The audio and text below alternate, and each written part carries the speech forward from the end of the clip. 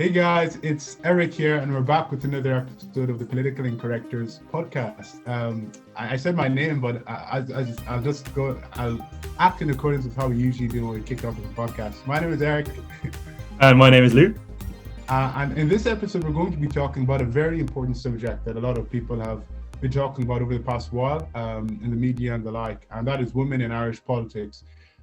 Luke and I actually wanted to cover this subject for quite a while now, but we felt, because we're two males, us talking about the subject would not do justice to the subject. And instead, we thought to invite on two young women who are active in Irish politics, who represent, you could say, different political perspectives when it comes to Irish politics, but who nonetheless do great work to spread awareness in regards to the subject. So we have on Isabelle Flanagan of the Social Democrats and Jane Butler of Fianna Fáil. So ladies, I'm going to ask you both to very briefly introduce yourself, let us know who you are and why you joined the political parties you're a part of before we get stuck into the questions. So maybe Isabelle, do you want to come in first?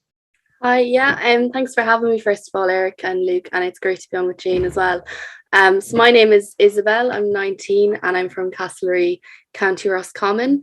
I suppose when it comes to politics, I've always had an interest in it. Even going back to, let's say, when Roscommon A&E was closed down, the 2019 European elections, I was canvassing with my dad and that for the 8 weeks because I was in TY at the time, so I kind of landed at the perfect time. And then in 2020, I was canvassing in the general election for Thomas Pringle, Saoirse McHugh and Julia O'Donoghue, who was then a Green Party candidate, but she left after the programme for government, let's say. So when it comes to political parties, I was in the Green Party before they went into government with Fianna Fáil and Fine Gael. I suppose at the time, I joined after the European elections in 2019 because I'd met Saoirse McHugh and I was talking to her, let's say, about it. And I thought, oh, this is going to be such a cool party. I really align with them. And I did get involved and I became great friends with Julia O'Donoghue, who was the candidate in Roscommon, Galway. And then I suppose when the programme for government came out, I was really disappointed. So I said I'd stay in to vote against the programme for government. And then I stayed in to vote in Catherine Martin for leader, but obviously she wasn't successful in that. So I decided to leave the party because I didn't want to be involved in a party that would go in with Fianna Fáil and Fine Gael because it just wouldn't go with my values.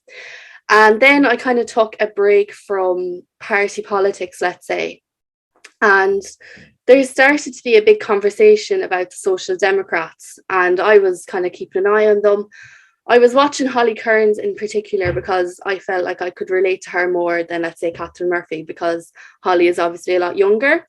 And I just liked Holly and I liked what she was about. I liked how the party didn't kind of go with, let's say, what was popular. They went with what they believed in. For example, the greyhound race. And I thought it was brilliant when they came out with that, how they were against it. So then I just decided to join the Social Democrats. And I've been with the Social Democrats for about a year. And so far, so good. And I'm hoping to run in the 2024 local elections with them. Oh, you said it officially. And this is the first place I think you're sharing that information, is it? Yeah, it's first place officially. It's in the Instagram bio, but I haven't said it officially anywhere. Well, what an honor. No better place, I'd say. I don't know about you, Luke. But and also before we have you share info on this, Jane. You said, Isabelle, that you canvassed for your dad in 2019. Do you want to share who your dad is? So my dad is Luke Ming Flanagan. He's an independent left-wing MEP. I've been canvassing with him from the very start, let's say, even in 2011. I was only 9, but I'd be out with them, so I'm kind of used to it. And in 2019, I was in transition year, as I said before, I think. So it was kind of the perfect time to go out and do canvassing with him. So I don't know, I kind of gave myself the title of campaign manager because I was out with him every single day managing the social media and stuff. And even growing up, I used to go to meetings with them, about, let's say, turf cutting and all that kind of stuff. So I've always had a love for politics, because it may not affect you, but it'll affect your everyday life, that kind of way. So yeah. That's great. Thank you so much for sharing that. And it's so kind of clear where your political awareness would have came from, being so close to the political sphere for such a young age. And Jane, would you mind answering the question too? And I'm sure there's a similarity that cuts through both of your kind of political backstories. So yeah, would you like to share why you joined Fianna Fáil, but also how you first got involved in politics and who you are? Yeah, of course. And thanks so much for having me on, Eric and Luke. And as Isabelle said, it's great to be on together to get different perspectives as well. So my name is Jane Butler. I'm from Portlaw, which is a rural town in County Waterford. And I joined Fianna Fáil as soon as I was old enough to do so. I grew up in a Fianna Fáil household. I always took a huge interest in current affairs. Although I fell into Fianna Fáil through family tradition, as I grew older, I did realise that it was definitely the right party for me to be in, because Fianna Fáil's policies are rooted in every community around the country. You'll find our members on tidy towns committees, parish councils, boards of management of schools and things like that. So I think it's that community involvement, and that's what I really love most about the party. Similar to Isabelle, I would have canvassed for my mother. My mother ran for the local elections in 2014, and she was successful. She took the 6th seat of 6, so we were really delighted. And then she ran in 2016 in the general election, and she actually topped the poll on her first time out, which was just amazing. Like it was the first female TD in Waterford in I'm not sure the exact amount of time, but it was a good few years. And to see just a woman doing so well and topping the poll, it was just amazing. And then she ran again in 2020, the most recent election. She took the 2nd seat, and she's now Minister of State, responsibility for mental health and older people. So I suppose that's where the interest sparks from. Like every conversation in our house is political. But I would have also campaigned for a yes vote for marriage equality. I believe that was when I was in 5th year in school. And I wasn't old enough at the time, obviously, to vote. I was only 16, but that campaign let me see firsthand kind of how changes can be made when everyone does work together. And that was just such a brilliant win for equality in the country. I suppose I came active in Ógra Fianna Fáil when I was doing my undergrad. I studied in Mary Immaculate College in Limerick, and I used to go across on the bus to UL to the Ógra Fianna Fáil coming, because there was no political societies in Mary I don't know if there is any now, but there wasn't back when I was there. And then I suppose in terms of women, like Fianna Fáil has a long history of equality policies and supporting women, and that's another thing that I love about the party. We have our women's network, and we have it's basically so that at every level of the organisation, women are inputting into the policies. Like it's not just the TDs, the senators, it's just the regular members, from the bottom up, and they input into all of the policy.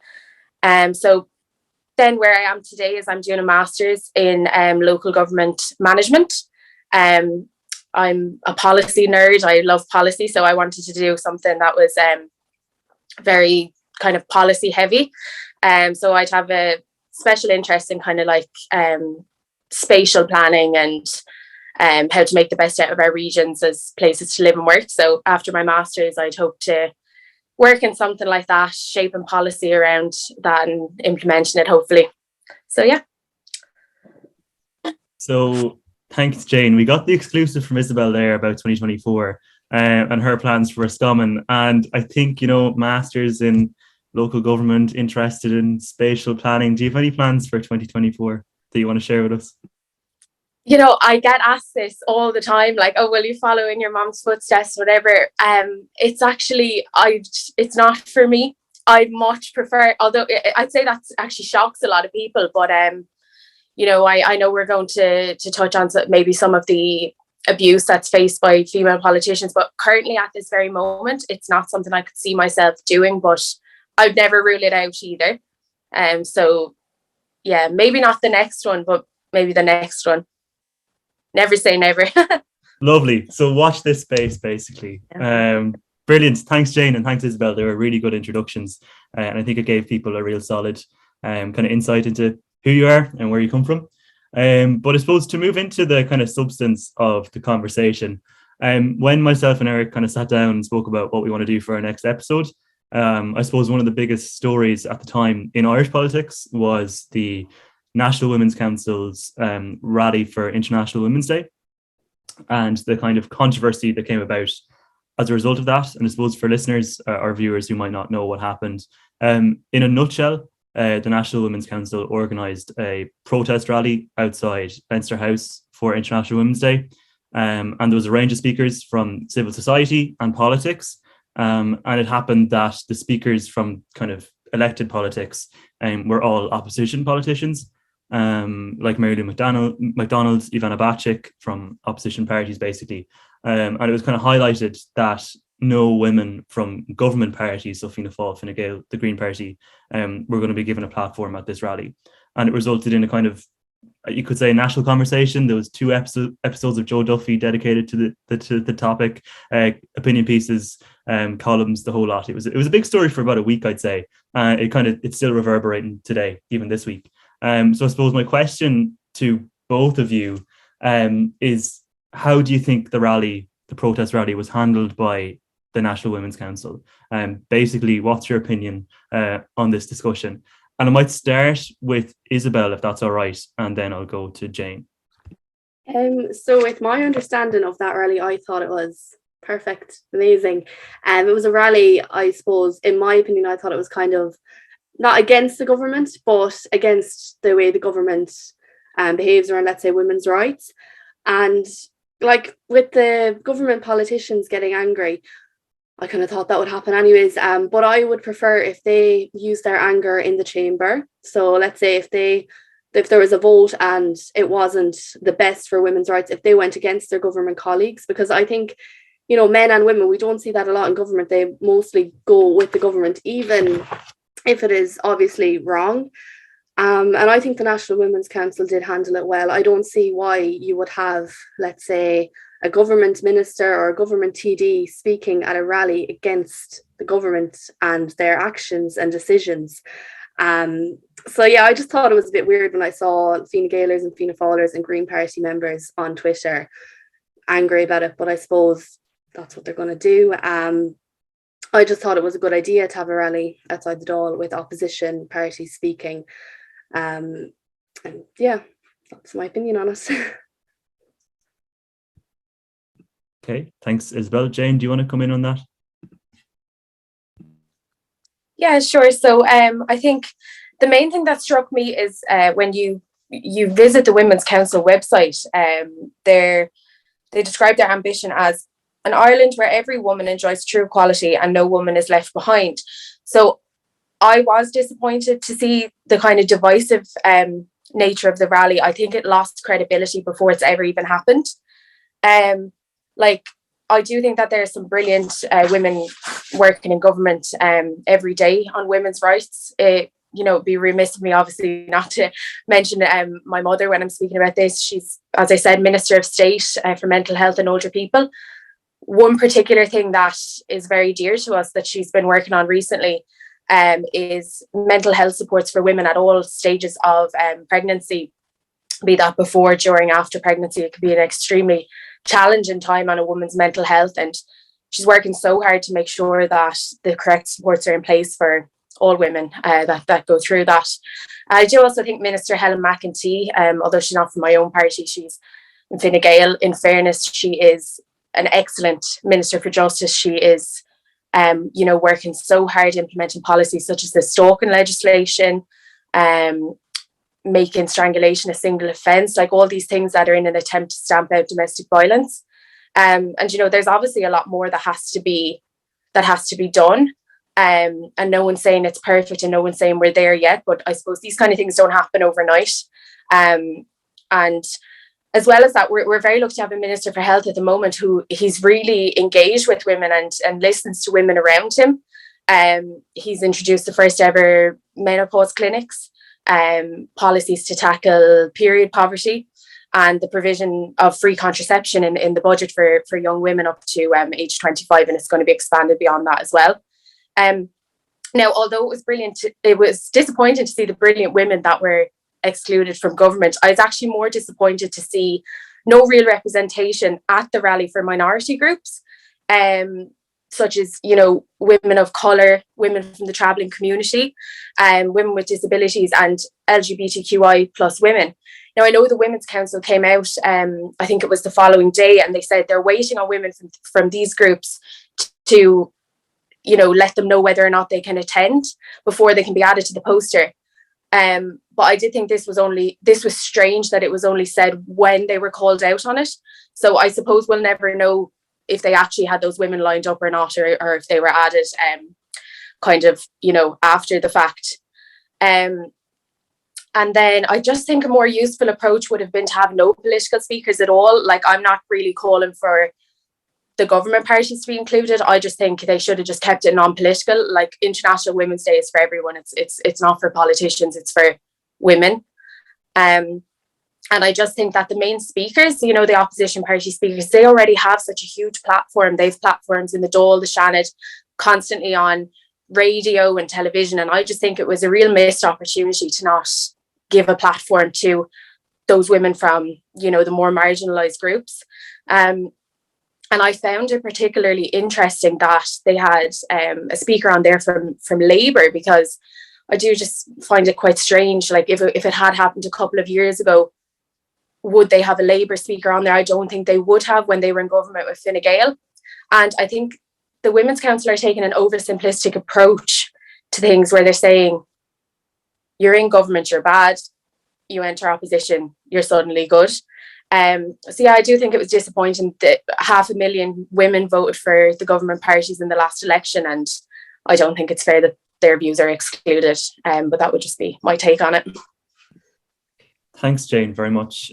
Isabelle, you have your hand up there. Do you want to come in? Yeah, I'd agree with Jane there on the point about needing more like minority communities involved in the rally. I think that would be excellent. The thing on the health minister, he has some good points, obviously, but the whole National Maternity Hospital thing just doesn't sit well with me, and I think the government should be acting on that. I think women and pregnant people deserve to access healthcare that isn't let's say changed based on religion. I think I should be able to go into a hospital and get an abortion, get IVF or anything like that without the church telling me what to do. And I think the government, if they, let's say, made the National Maternity Hospital public, I think it would be a great step in separating church and state, and I think they should do that. I just wanted to make that point when we were talking about health, but I would agree with Jane on the needing more minority communities involved in those kind of rallies. I think it would be excellent.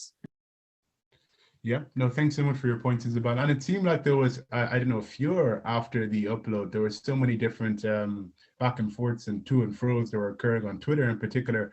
I saw so many points being made. Some people were saying, you know, the NWCI, it's an NGO, so they shouldn't be expected to include women. Some people, the counter argument, or rather women in government or women associated with government, and then the counter argument from some people were that, you know, they're receiving governmental funding, that they should. And a lot of the points that both of you raised, I heard being met from people online on political Twitter. But do you think going forward, when it comes to initiatives like this from the NWCI, do you think that there should be more of an effort to take an all-encompassing approach? Or do you think that an organization like the NWCI does not have any obligation at all to include women who are involved politically with the government in initiatives like these, particularly when it comes to celebrations like International Women's Day?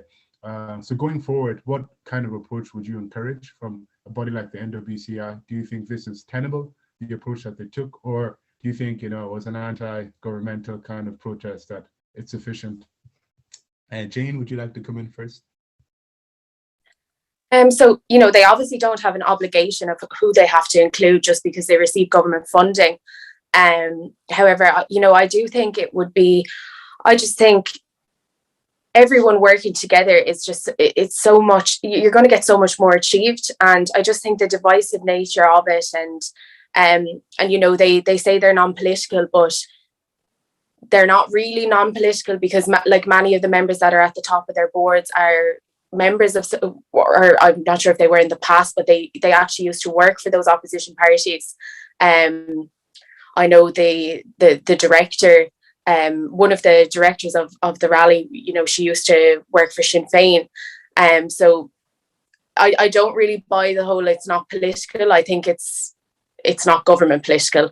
But yeah, I think going forward, they could make an effort, because there is other events by the Women's Council that the government members are invited to. I know 2 of our senators were at one last week, that Fianna O'Loughlin and Erin McGreehan, and you know, they're happy to work together, and they went to that after all this had went on, and you know, they still went along, and you know, they're always willing, everyone's always willing to work together from our side anyway. So yeah, that's my take on that. Yeah. What about you, Isabelle? So going forward, I'd say they shouldn't have to invite like governments, TDs and ministers or whatever to the rallies and stuff like that, because at the end of the day, those women in those parties are complicit in the government's failings against women and women's rights. So I don't think, and this is controversial, a lot of people on Twitter don't like when I say stuff like this, but when I'm voting for someone, I haven't voted yet actually, but when I'm voting, I wouldn't vote just for a woman because she's a woman. So if there was a Fine Gael woman running in my constituency, I wouldn't vote for her, you know, that kind of way. So because she would be complicit in the government failings.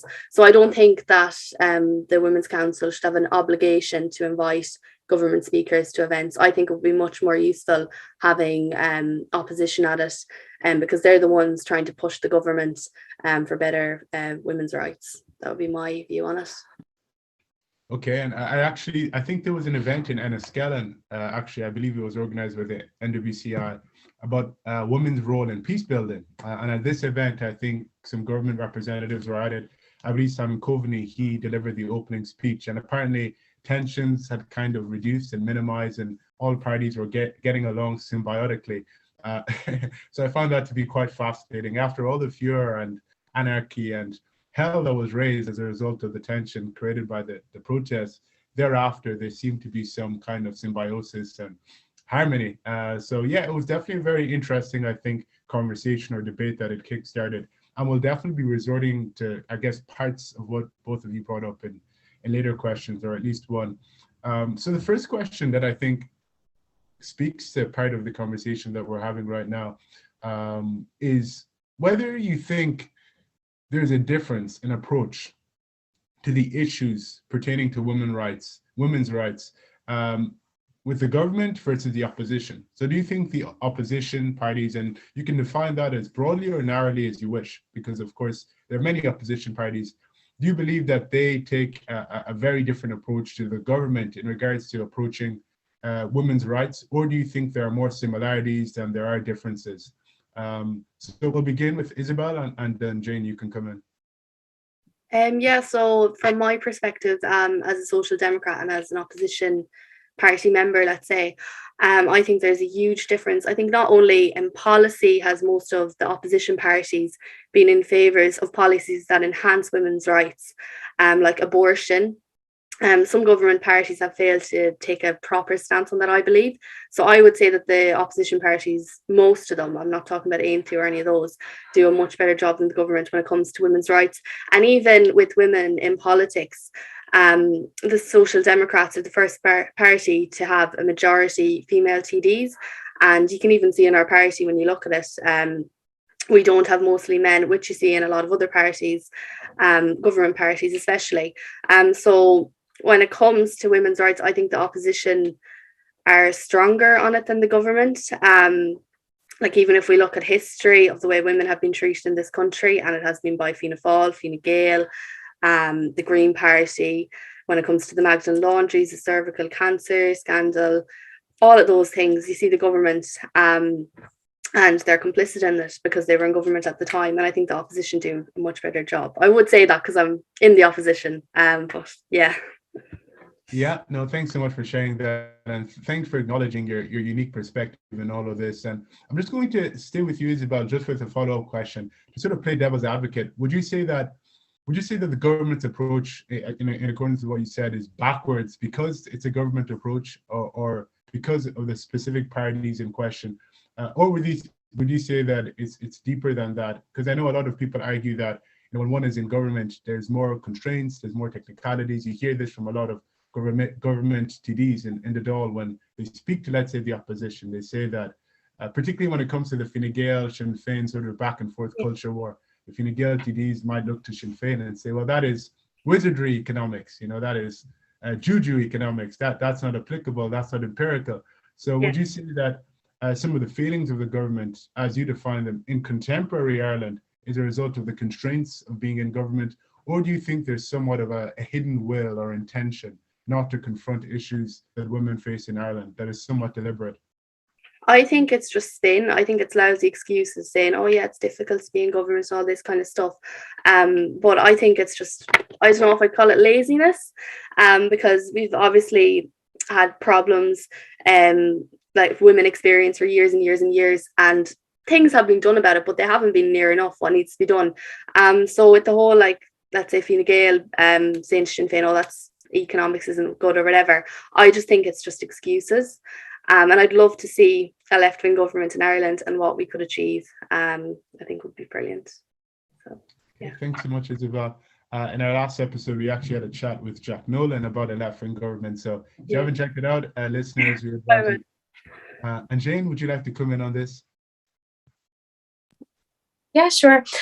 So I actually think that there are more similarities, especially between the women in both parties, in the government and opposition, because I think any woman that gets involved in politics, they want to make a difference in the lives of others, and in particular in the lives of women. I do feel certain parties of the opposition, they think that they have kind of a monopoly on women's rights, but as something that represents, it affects 51% of the population, women's rights is for everyone. Like, it's not only women in opposition parties or members of opposition parties that get pregnant, get periods, go through menopause. Like, women's issues are for everyone. And I think even more important than that, all women, no matter their political beliefs, will have unfortunately had some experience of abuse, violence, harassment, whether that's, sexual, physical, mental. And I think the remedy for stamping that out is everyone working together, not against one another. And I think women have enough barriers put in their place without other women being a barrier to them. And just on the point Isabelle made about the, what kind of is not being done in government, and that it might be a bit of laziness. I do think it is easy to say that kind of from the sidelines. Whether it be the Social Democrats, Sinn Féin, like, they're actually untested in government. So it would be interesting to see if they did get into government the next time, kind of, would they have the stomach for it? I would be interested to see how it would go. But yeah, that's it.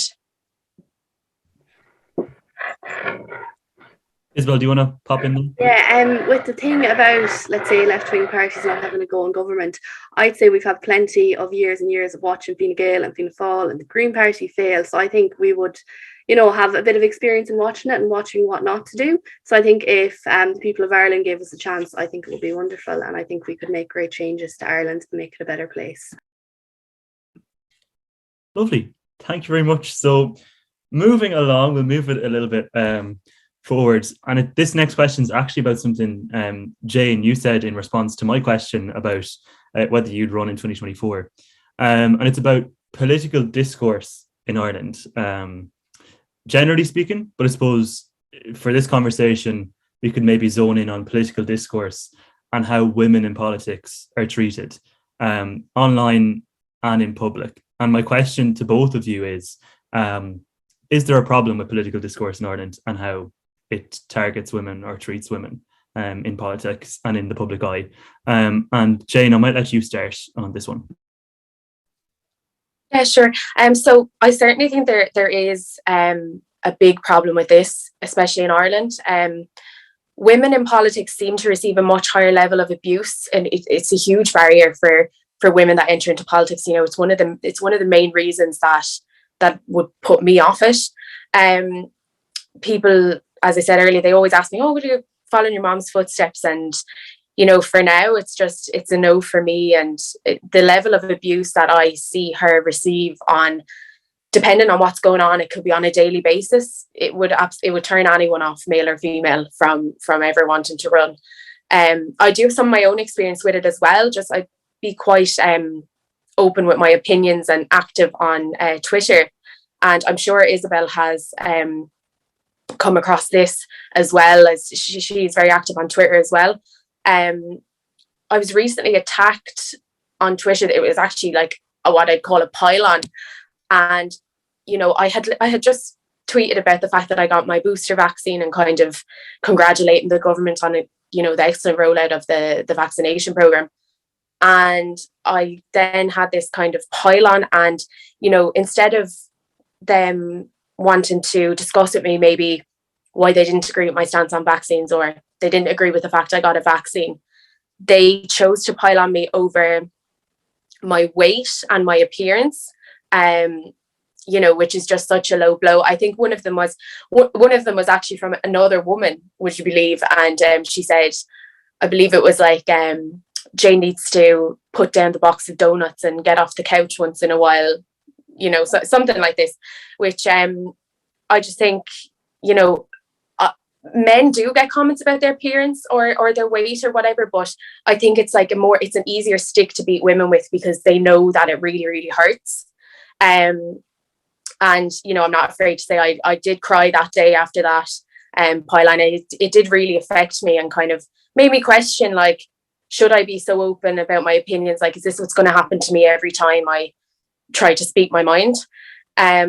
And then, you know, as I said, I don't think that happens to men as much. And, you know, it's easy to just call out someone's appearance or whatever, instead of having to use your intelligence to have a discussion or a debate like what we're having today.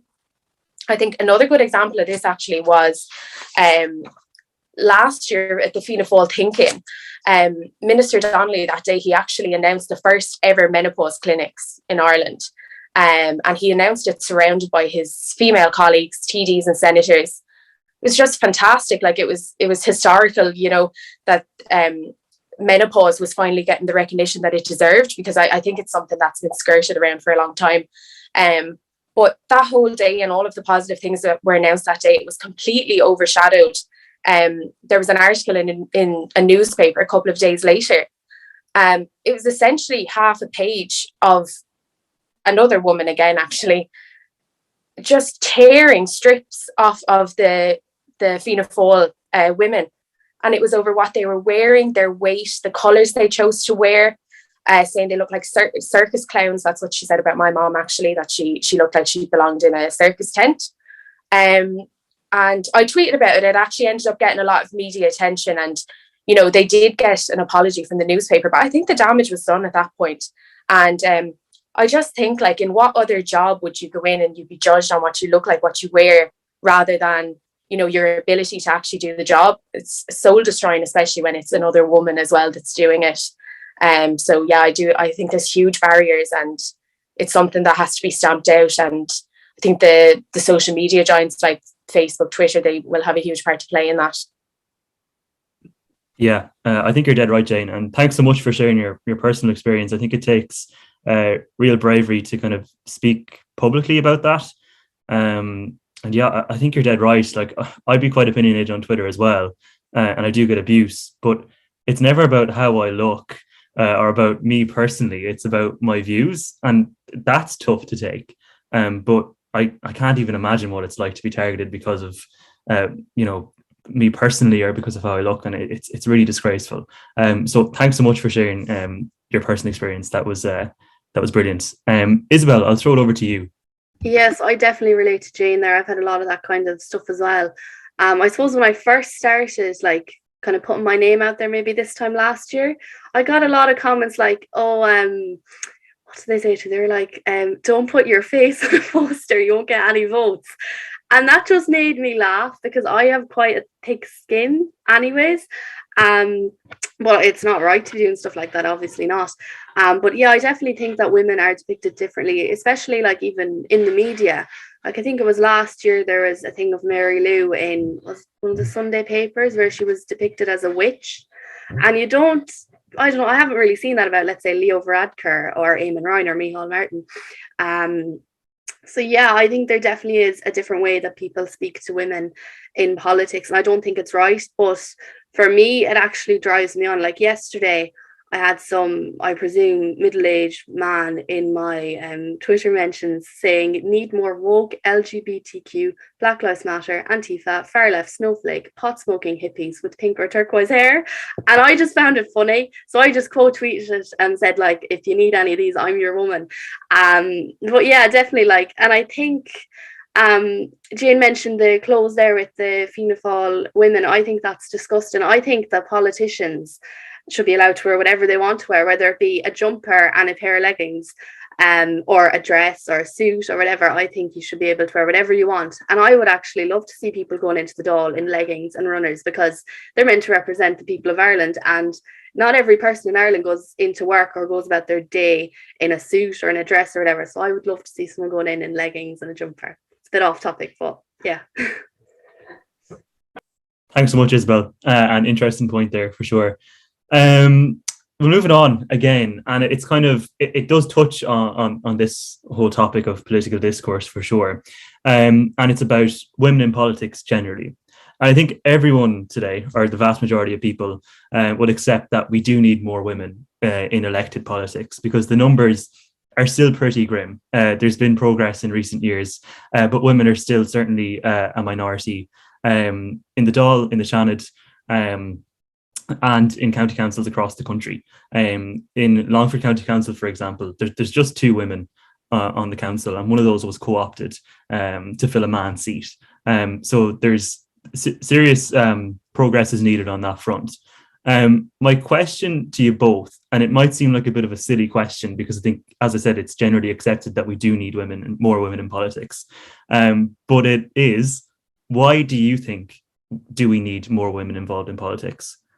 So Isabelle, I'll let you go with that question first, and then I'll throw it to Jane. So we definitely need more women in politics. And I think it's important because we make up roughly, let's say, 50% of the population. So it doesn't make sense that half of our politicians aren't female. And I think, like, if men want to make decisions for women, they can't, because they can't relate to how women feel, and how they feel, like how we go about our day, and let's say even sexual violence, harassment, all those kind of things, reproductive rights. And even looking at Roscommon County Council, it's actually quite good, which is bad. Say for Ireland, 22.2% of our councillors are women, and that's actually like a relatively good figure for Ireland at the moment, which is rubbish to say. And even looking at the Dáil, only 23.1% of the current TDs are women. So I think political parties especially need to work a lot harder on getting more women out there into politics, because I don't think we're ever going to see a real equal Ireland until we have 50-50. But I think we also need to see more minority groups involved in politics. I think we need to see more travellers, more Black people, refugees, like, you know, across the spectrum. But I think we also need to see people from working class backgrounds. Like, there's a lot of people who are underrepresented in Irish politics. I would love if we had factory workers in the Dáil, if we had shopkeepers, and all like those kind of careers, because until people like that are represented, we won't have a country where they are treated properly, because a lot of the people in the Dáil have probably never worked in a factory, never worked in a shop or any of those kind of places. So they can't really make policy for those people. And it's the same with women. Like Micheál Martin, how can he fully relate to a woman? I know he has women in his cabinet, but there's not near enough of them. So definitely we need more women. And I've made this point on Twitter, we need progressive women, because we can't, I don't think we can see proper changes if we elect more right-wing women, because I think they're just detrimental to women's rights. And that is controversial, but I'll say it today and I'll say it any other day. We need more progressive, real feminist women in the Dáil, and more feminist men. So, yeah. Thanks, Isabelle. Jane, I'll let you answer that question now. Why do we need more women in Irish politics? Yeah, so I do agree on the first part of Isabelle's point there. She was saying, you know, it's a representation of 50% of the population, so it should be 50-50. And you know, there isn't enough women by any stretch of the imagination. But I do think it's important as well that women aren't just added to tickets or just put in there just to make up the numbers. Like I do think that, you know, they have to be encouraged. Obviously, I do believe within Fianna Fáil they're very much encouraged. I spoke earlier about our women's network, and you know, all of the policies are fed into from the ordinary female members as well. And I just think on Isabelle's point there about, I completely agree that there needs to be more people from kind of ordinary backgrounds. But I do think that once people get into politics, you know, it's hard for people to actually know about their backgrounds. Like, I'm sure a lot of people wouldn't know that, you know, up until my mother ran in the council, she worked behind a counter her whole life. She ran a family business in the town where we come from, just like a small corner shop. And then she worked in retail in a jewellery shop for many years. So, you know, she stood behind that counter every day in retail. She knows what it's like to run a business. And my dad, who's obviously her husband, still to this day works 3 shifts in a factory. He's at work at the moment since 6 o'clock this morning. He'll be home now at around 2. So I do think maybe they need to speak about it more. And I know there's more women in Fianna Fáil and men in Fianna Fáil that come from very, very ordinary backgrounds like ourselves. And, you know, maybe people don't realise, like there is a perception out there that they're, you know, the elite or whatever. Personally, for us, we couldn't be further from it. But just going back to the women, as Isabelle said, a man just doesn't fully understand what a woman or someone that identifies as a woman goes through. It's, as I said earlier, periods, pregnancy, menopause. Like, how can a man be making all the decisions on these things when he's never lived through it? So yeah, I just think there's a lot to be done, but I know, especially for my own party, it's a big priority of ours to reach the 40% for the next general election. Yeah, thank you so much, Jane and Isabelle, for your superb answers. And the next question is actually, I think it alludes to a point that Isabelle raised in her answer about, you know, Isabelle, you said that it's important for the Dáil to contain progressive feminist women, not just any type of woman. And I believe that when we had a conversation, of course, prior to the recording of this episode, and you raised the point of wanting to encourage more women to get involved in your locality, but wanting to try and acquire feminist women to get involved, progressive women to get involved, because that's the right type of representation. And this is the next question that I have for both of you, whether there's such a thing as the right type of representation. I think this conversation and this debate, the discussion around the subject of a correct form of representation is stimulating greatly on Twitter, in political circles. I hear it a lot amongst young people. And it's quite interesting from my perspective, because I've seen that over in America and the scene over there, a very similar conversation has been had over the past few decades amongst the African American community, whether there's a right type of Black politician, there's a correct type of Black politician to represent whatever community that they want to represent, be it the African American community in this case. And there's a lot of opinions that circulate around this, because I've seen that from the left, that narrative seems to be promoted in regards to America. But then this has led to a sort of counter-revolution or a counter-narrative for many conservatives. And we've seen the ascendancy of many conservative figures who have stated that there's not one way to be Black, that conservatism can also encompass the Black community too. And I've seen this occur around the subject of women also. You know, people have said, well, it's not just about having women in politics. We need women in politics who serve the cause, and a specific politically defined cause, because this is what's best for women. But then I've seen a counter action or protest being taken from the other side politically, who have said, well, you know, there's some women in Ireland who don't believe in that, and it's important for us all to be represented. And I think this really nicely links with the NWCI conversation that we had earlier. Some people have claimed that the governmental perspective isn't inherently anti-woman. Some people have claimed that, well, the government can learn from people who think that the government have failed in regards to catering to women. So I love to put the question to both of you, whether you think there is such a thing as the right type of representation, and whether that should be pursued and not simply representation. So Jane, I'm going to let you start with this question, and then we'll move to Isabelle. Yeah, so I don't think there's any, as you put it, right way for women to be represented. As I said earlier, there's no one party or politician that has a monopoly on women's rights. As I said earlier, I think it's an estimated 500,000 women that voted for government parties in the last election. So, you know, it's not fair to just disregard them. I think as long as you're being representative of everyone and you're including everyone, you know, that's the best way to represent women. You know, a woman can choose for themselves maybe who they feel is the most representative of them, and everyone's going to have different opinions on that. I think the onus is on all politicians, like men, women, and everything in between, to be actively speaking on women's issues and just trying to improve society for women as well. I thought it was lovely, actually. Well, I suppose very bittersweet. Like we saw huge amount of solidarity and togetherness in the aftermath of the tragic death of Aisling Murphy at the beginning of this year. And, you know, women and men from all parties. I remember watching the Dáil that day, and everyone from all sides truly just spoke from the heart. And, you know, I think that it does show that in hard times there is more togetherness than divisiveness.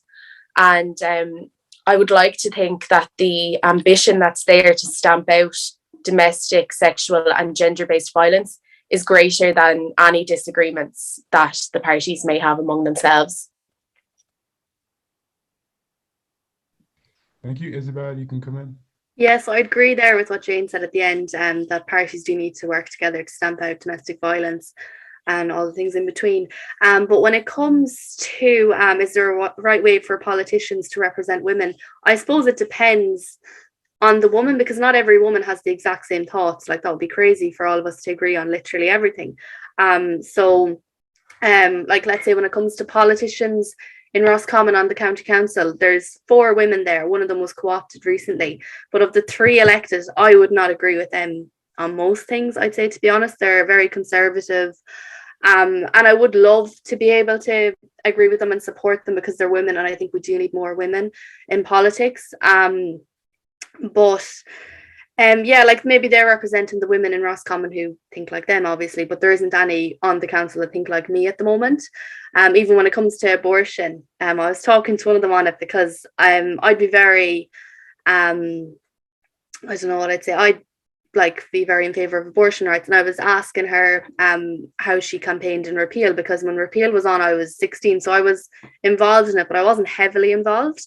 And her answer to me was, sure, I couldn't pick a position because I would have annoyed both sides, and that really annoyed me.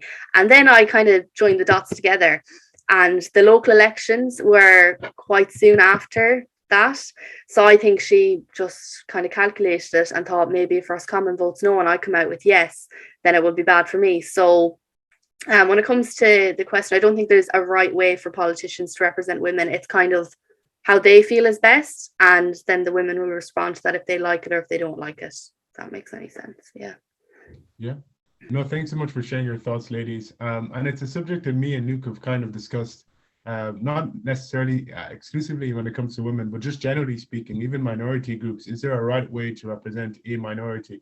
And a lot of what both of you said definitely resonates with me personally. A lot of my views, I think, are in line with what you've expressed too. So it was great to hear your perspectives on the subject. And hopefully going forward, discourse around this issue can be as rational and as well thought out as your perspectives are that you shared here. So thanks so much.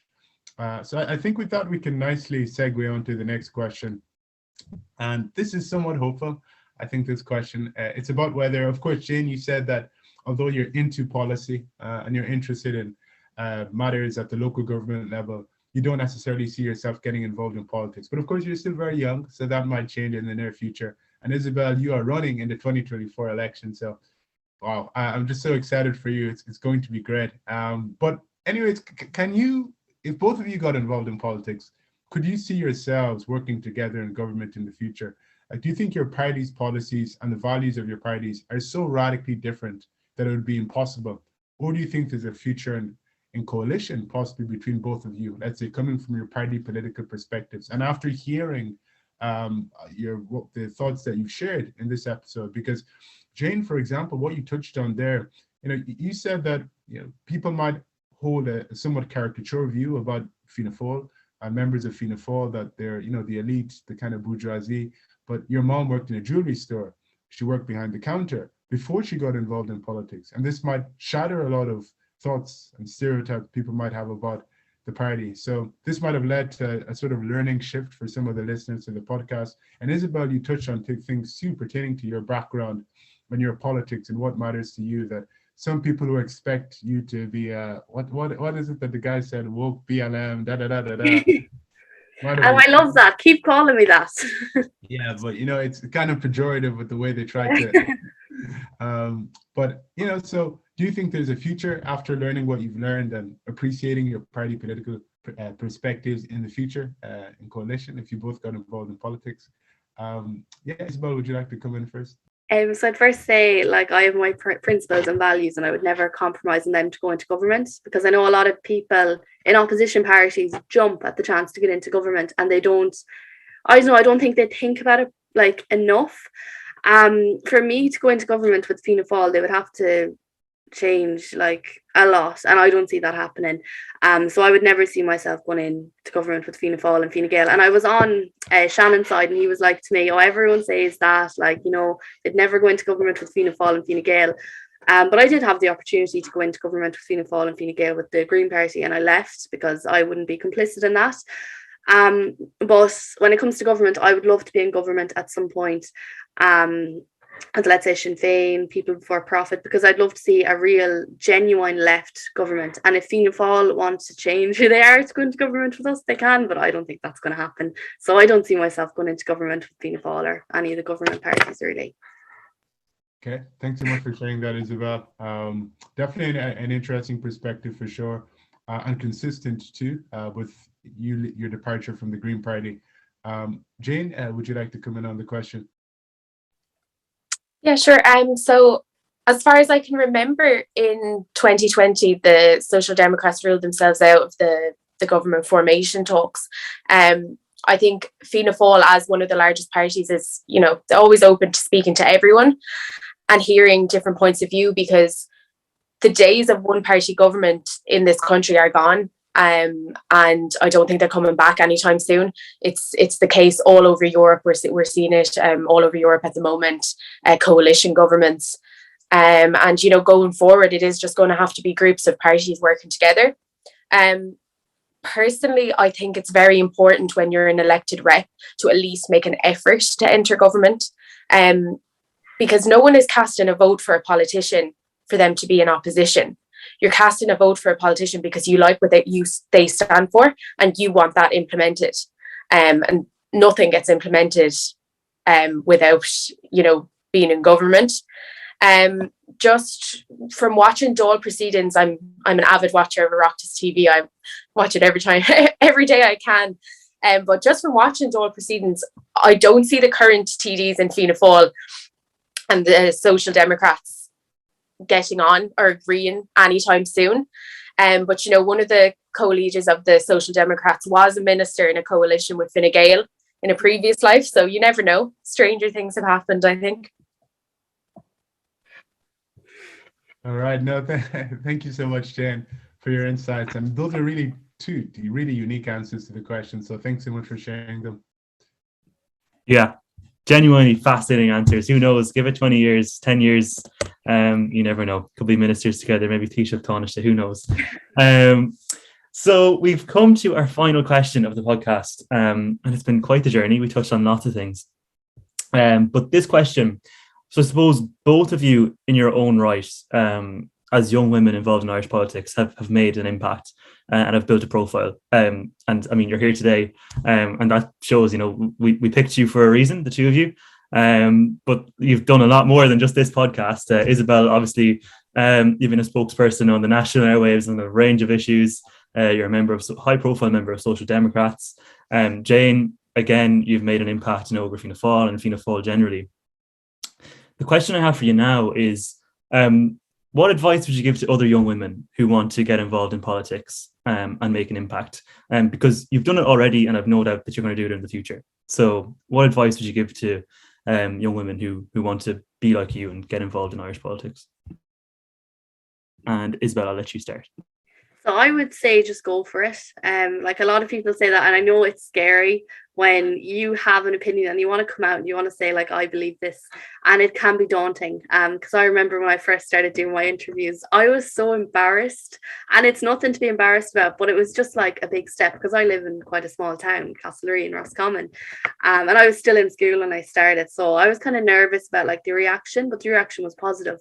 But yeah, I'd say just go for it, because we need more women in Irish politics, and everyone has something to add. But if anyone ever wants to like talk to me about it, my DMs are open on Twitter or Instagram or wherever you want to contact me. But yeah, just go for it because we need more women, and it'll be a better place with young women particularly, I think. Lovely. And Jane? Yeah, so I agree with Isabelle there that like it can be so daunting. Like I remember when I was in school and I had a huge interest in politics, and I'd always be talking about it and putting things up on my social media that I was canvassing. Like I used to get a really hard time in school from people, and I just find it so funny because now that I'm in my mid-20s, it's actually the same people that used to kind of get on to me in school about it.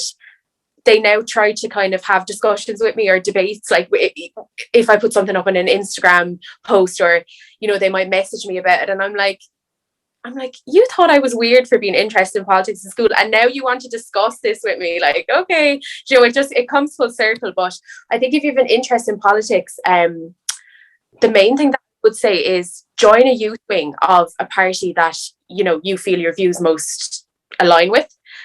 There's great advantages to join a party. Like obviously there's fabulous independents out there that implement a lot of change and do go far with their ideas. But I think as a starting point, it is a good idea to join a party because, there's supports there, there's like-minded people.